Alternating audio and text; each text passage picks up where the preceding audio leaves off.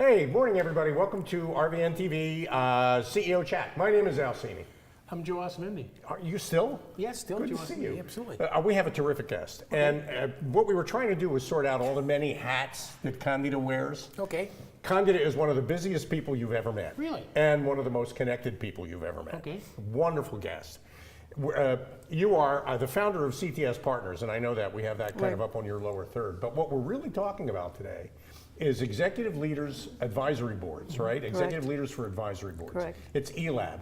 Explain ELAB real quickly, and then we'll talk about what an advisory board does for a company. Okay. ELAB was created to advise companies, small, mid-sized companies, and an advisory board is different than a board of director. One's governance, fiduciary liability would be a board of director type board. Advisory board are members that are chosen to support the company's growth. So Got it. they're So- advisors. They're always attached to the company they're helping, but they don't have the liability, fiduciary, and governance. Yeah, I even was though reading the there's that. literature you sent. You have Yes. 45 people 45 that you members. can essentially 45 you choose advisors 45 advisors. in ELAB. Now, yes. any particular company that signs up doesn't get all 45 of them. They get the No. ones they need for the issues Correct. that they're dealing with. Correct. We Great. developed a growth company catalyst, which we invite companies in to present. We send an email out to our advisors. They decide whether they want to, or they can, or they have the expertise to help that company, and they will come to the meeting. There's usually 10 or 12 takers, usually for each company we bring in. For each company you bring Yeah, in. and the companies then is free to hire those advisors. They get to exchange information. It's free just to give advice that day. You know, you start the conversation somewhere, and that's where it starts. Well, and How that's do you what, select the advisors? Very carefully, Okay. right. very carefully. A lot of the advisors are from my private network. Some of them are from my advisors, my board members, Okay. that know people that believe are qualified and would fit in with the culture and our vision. I don't have a mission because I believe in visions Sure. and rules of conduct to go with the vision. Then they will, bring somebody in, or they would like to have somebody to apply for it. Right now, I'm the clearinghouse for any member, but I'm hoping to, as we grow, we have a board of 6 members. We have a chair for programs. We have a chair for outreach. We have a chair for the growth company catalyst. We have a marketing company. We have a PR company that's supporting us. So I'm hoping to be able to have a person that would lead our applications of members that want to come Sure. in. We don't want the organization to be huge. I think the most we can take is probably 50 members. Okay. I don't know what will happen in 5 years, but right now we're keeping it tight, we're keeping it close, and we're culturally all connected you want in to many manage ways. quality is the most important thing. Quality So, and value. yeah, yes. that's key. So, Yes. so let's make connections to people out there that might be watching. Audience for our program are owners, founders of companies that could be between, let's say, 5 million and maybe 100, 150, 200 million dollars. That's in the sweet spot. That's your spot. That's the a spot. sweet spot, yes. Okay. Now, many of them have boards of directors. Some do. If they're privately, usually not. They're calling it a board of directors, and sometimes it's really a board of advisors. But a board of advisor, that word is not as populated as the word board of directors. Right, right. Board of directors is what most people think. But, Yes. but what a business owner really needs when they're having difficulty getting traction, having difficulties with growth, having difficulties retaining employees, what they need is advice from people who know how to solve problems like that, and that's where you come in. And the advisors on an advisory board are usually the 4 pillars of your business, which is finance, operations, technology, human resource, marketing and sales. Okay. A combination of that. Okay. We'll be on the advisory board, and then after a year or so, they might bring an industry expert for Okay. specifics. An advisory board, I see them more around technology companies, manufacturing, Right. sometimes not really pharmaceuticals, since they are public, usually have board of directors. It's usually a And board of sometimes the directors. CEO has his own advisor that she meets with separately. You can have a board of directors and have a board of advisors in the same Right, company, Sure, right. depending on the size of the company. And it makes Because sense to do you're that. paying them, Right. so it depends on the size of the company. I mean, there are two aspects of governing any business. There's the aspect of making sure you do the right thing and that you're doing right by your shareholders. But then there's that other aspect of, am I doing the right things on a day-to-day basis? Am I putting my investments where they belong? Or am I, and that's where I really think something like ELAB makes a huge difference. What happens to companies under 150 or 200 is, the strategy sometimes gets stale. They don't have a strategy, they're younger, so you built it. Right. The roadmap, the tactics, the people that support that strategy going forth, the culture, all that, your advisors will help you keep on target. And I could keep using the word advisor, but they will advise you on things to do or not to do. Right. Well, You can take their advice, which is preferable than not to take it, because they're there to help you. And they'll keep you on course and on target on the vision that you're trying to achieve, the financial security for you, your employees, and your customers that you're serving. And to stay on target and not, because you're in the weeds, you're in the work. Sure. You need to stay out of it to grow the company. Okay, so if my problem is selling, you have advisors who can help me with that. If my problem is manufacturing efficiency, you have advisors who can help me with that. If my problem is supply chain management, you've got advisors who can help me with that. So what I'm kind of having in my head here, Candida, is it's like Mission Impossible. You've got 45 photographs of experts in a little portfolio that you keep. With bios on the website. With bios on the website. You've got all that. And it's very prestigious. I mean, I have CEOs of $80 billion companies and CEOs that have their own company at 10, 20 million that have bought and sold their own companies. And what you do is put together a SWOT, a company that has some challenges, facing some challenges, gives you a call. Right. They explain, and you mentioned, by the way, in your material that the first conversation is gratis to find out what it is they need to see what it is. And then your proposal includes that selected list of advisors that address specifically the problem that you uncovered in that interview. With my style, or my model. By the way, her style is she has the best style. But go on, let's hear about your model. I want to hear about that. Everybody else needs to learn. You're so good at this, so go ahead. So my style is that when I meet with a company, and this started because a client wanted to build an advisory board 5 years ago. Okay. Right, And then I grew it from there and realized that advice of one is good, but an advice of 4 is better than 1. Right. Well, sure. So I will talk to the client. I will understand what they're trying to do. Understand before you do anything is important. Understand how committed they are to an advisory board, because it is extra work on the CEO who's going to chair it. Sure. Right, sure. I don't chair my advisory boards. I have 4 advisory boards right now. I don't chair it. The CEO of the company chairs it, or sometimes the COO. Got it. Depending if there's going to be a transition from the COO to the CEO. One's retiring, whatever. Okay. And then I find 4 members that are culturally matched to the company and themselves, because what you don't want is advisors that always want to talk about what they think. Right. You need advisors that blend in and don't mind talking together about how to help the company. Right. It's about the conversation, solving the problems. And if there's no problem, getting them business, right? Sure, absolutely. The best of all. And then, right. And that's how I do it, and I manage it. It's run like a board in the sense, because there are quarterly meetings, there are monthly conference calls, there are ad hoc meetings between some of the board members and the CEO, the client. And with me, there's always monthly meetings with the client. How long does it last? I have boards that will last 4 years, and then maybe the company decides to sell. But normally what I've noticed, the board stays together. They have the right to leave at any time for whatever reason. But if they're there giving value and helping the company propel forward, then there's no reason to dissolve the advisory board. They're stipend, they're not paid. It's not like a board of directors where a lot of times they have major salaries to go with it. Yeah. You know, actually, just based on the way you answered Joe's question, great question, Joe, by the way. I'm glad you have him on the show. He does this. I know. That's he's great questions. But based on the way you answered Joe's question, that's another value proposition for ELAB. If there's a company that's thinking about an exit at some point, but they want to add value to the company before they offer it for sale, a great way to boost the value of a company is to retain the expertise of advisors like ELAB advisors to help you grow your business before you offer it, before you put it on the blog.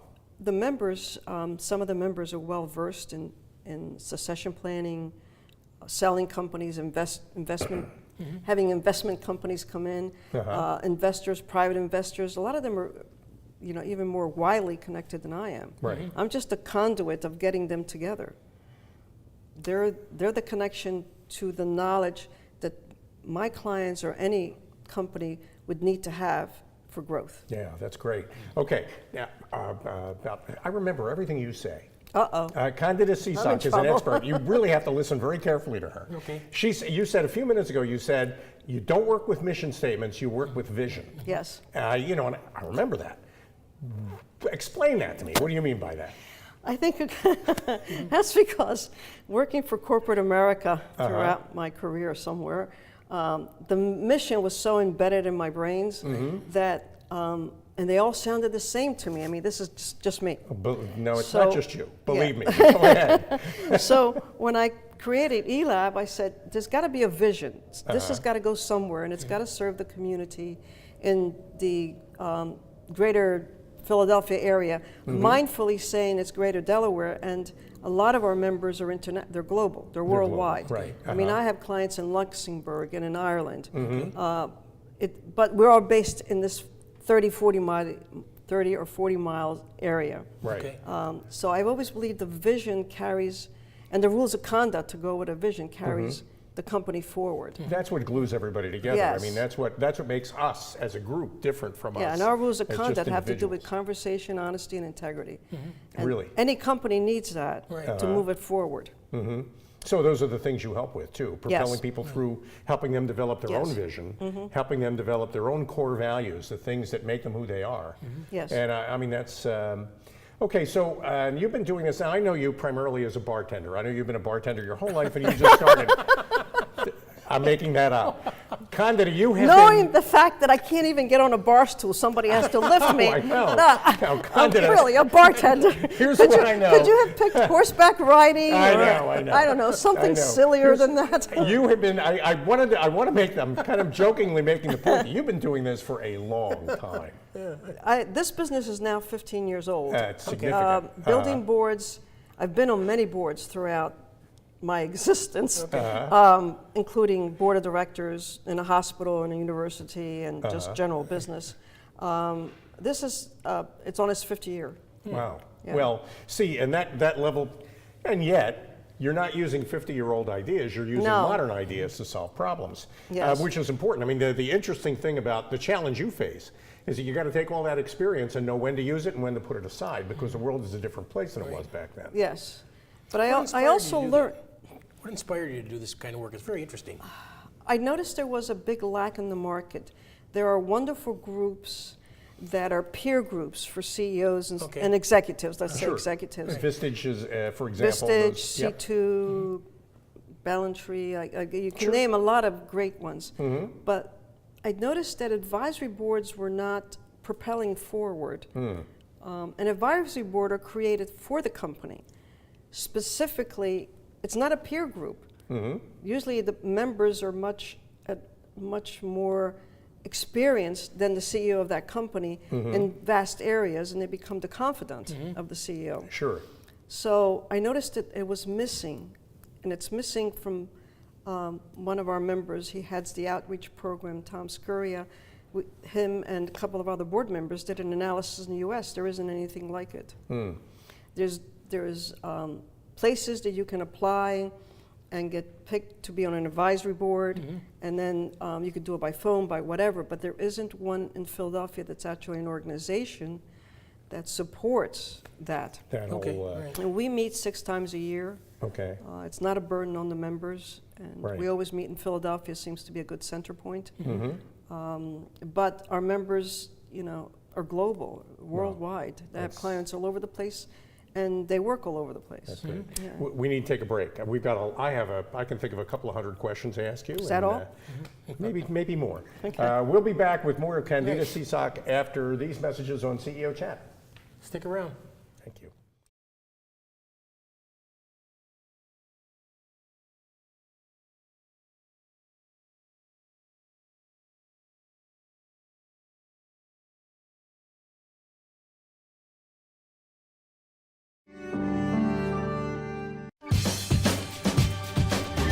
say we've got grit, and we'll take it as a compliment. Because it's our uncommon drive, our spark within, that brings us together and sets us apart. We are Temple made. And when others take shortcuts, when others take breaks, when others take the easy way, we take charge.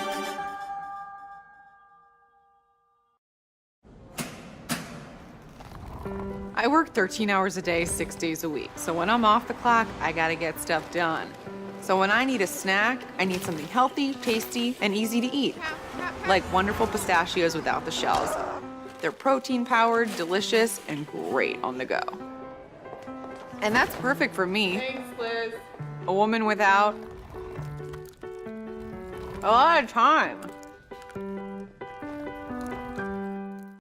Whether you're a gourmet cook or just want to eat like one, visit Rostelli Market Fresh, your home for the freshest, locally sourced ingredients to please everyone who loves great food. Our organic meats, quality seafood, and free-range poultry are cut fresh to order. Chefs create culinary-inspired prep foods made fresh every day, which pair nicely with our vast selection of fine wines and spirits. Choose from handmade pastas, artisan cheeses, organic produce, and grocery items, all from the finest purveyors. Rostelli Market Fresh, from our family to yours. RVN TV is a platform for people of any industry to share their story. Over 285,000 viewers are tuning in to RVN TV shows monthly. We guarantee a great experience that you'll be sharing with everyone you know while increasing your personal and company's brand awareness. But what is your brand? According to Forbes, it's a combination of your logo, your product, your design and feel, and your personality. Did you know that aside from being a guest, we offer even more opportunity to boost your brand? Adding your company logo and website on screen during your interview will allow viewers to recognize your brand instantly. Incorporating images and video clips is another great way to showcase your product during your live segment. Let viewers see how good you really are. And most importantly, there's you and your interview. For less than the cost of a newspaper, direct mail, or a magazine ad, you can leave our studio and within 48 hours have a permanent digital copy of your live segment to link to your social media, embed into your company website, or use in email marketing. Investing in your brand is so very important, and we can't wait to have you as a guest.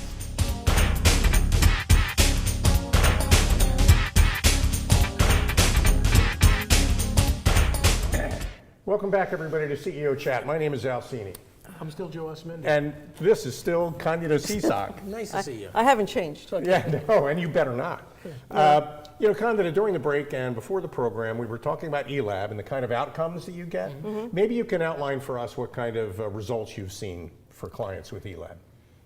For clients with advisory boards, because each member might be sitting on somebody else's board of directors or advisory board. And the members, we call them trusted advisors because basically there's a process we go through to bring them, to qualify them.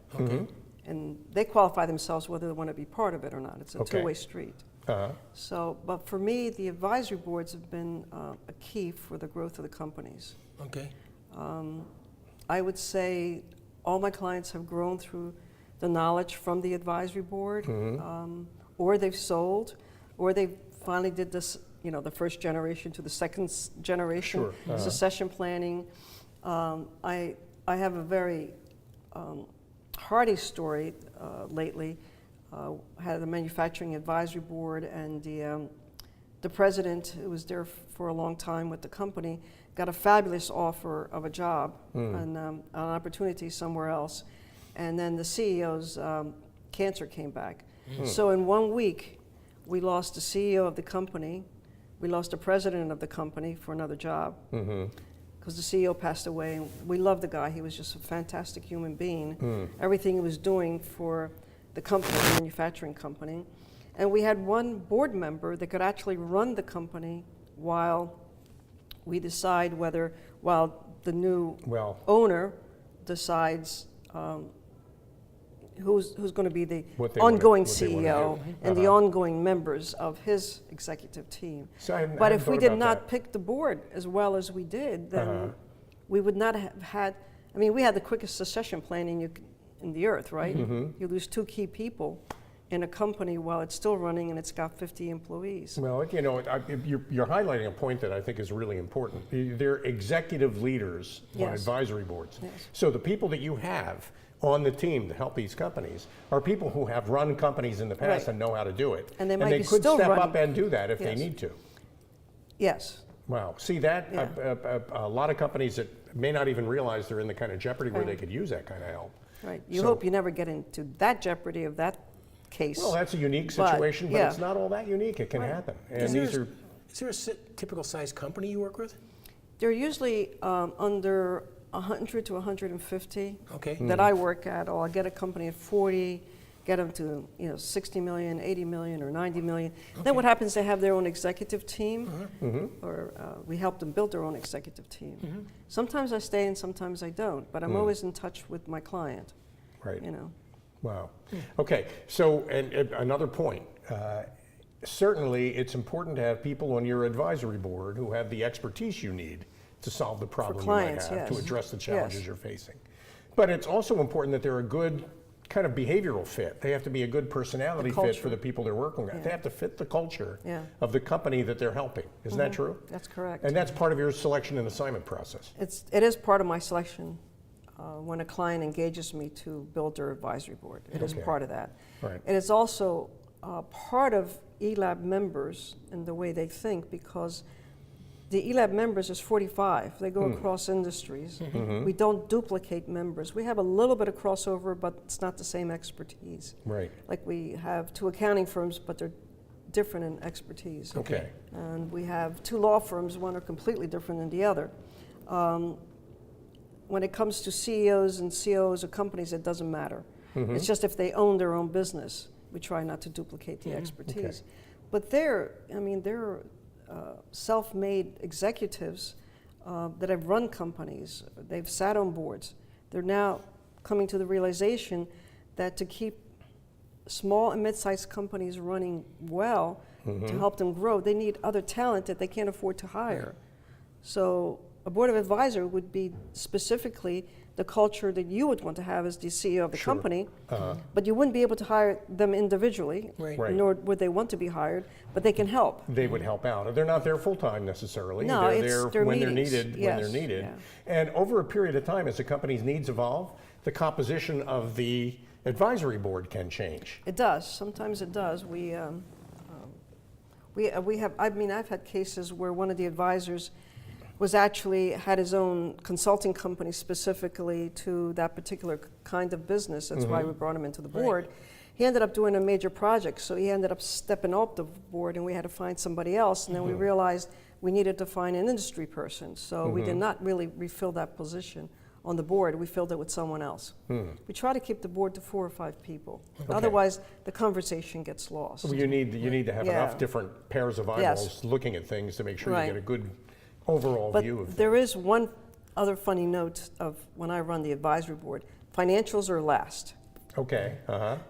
And there's always a big joke because people are beginning to catch on to that. The reason I put financials last, because you can get lost in the numbers and never get to why the numbers aren't changing. And Well, to me, that's marketing, sales, operation, So important. human capital, that's what moves the financials. That is, a lot of people don't understand this, but Yeah. a spreadsheet is an effect. It's not a Yeah, cause. that's right. So you can't start with a spreadsheet and figure Right. out what to do. You've got to start with what you need to do. Yeah. That is how you change the spreadsheet. And your background, by the way, is I know you've been a CFO in the I was past. a CFO twice. I was at Deloitte. I was at Grant Thornton, but at Grant Thornton I was a CIO. Uh-huh. At Deloitte, I was a worker bee, and one of the managing partners wanted me to get my CPA, and I was stubborn. I was young, and I was stubborn.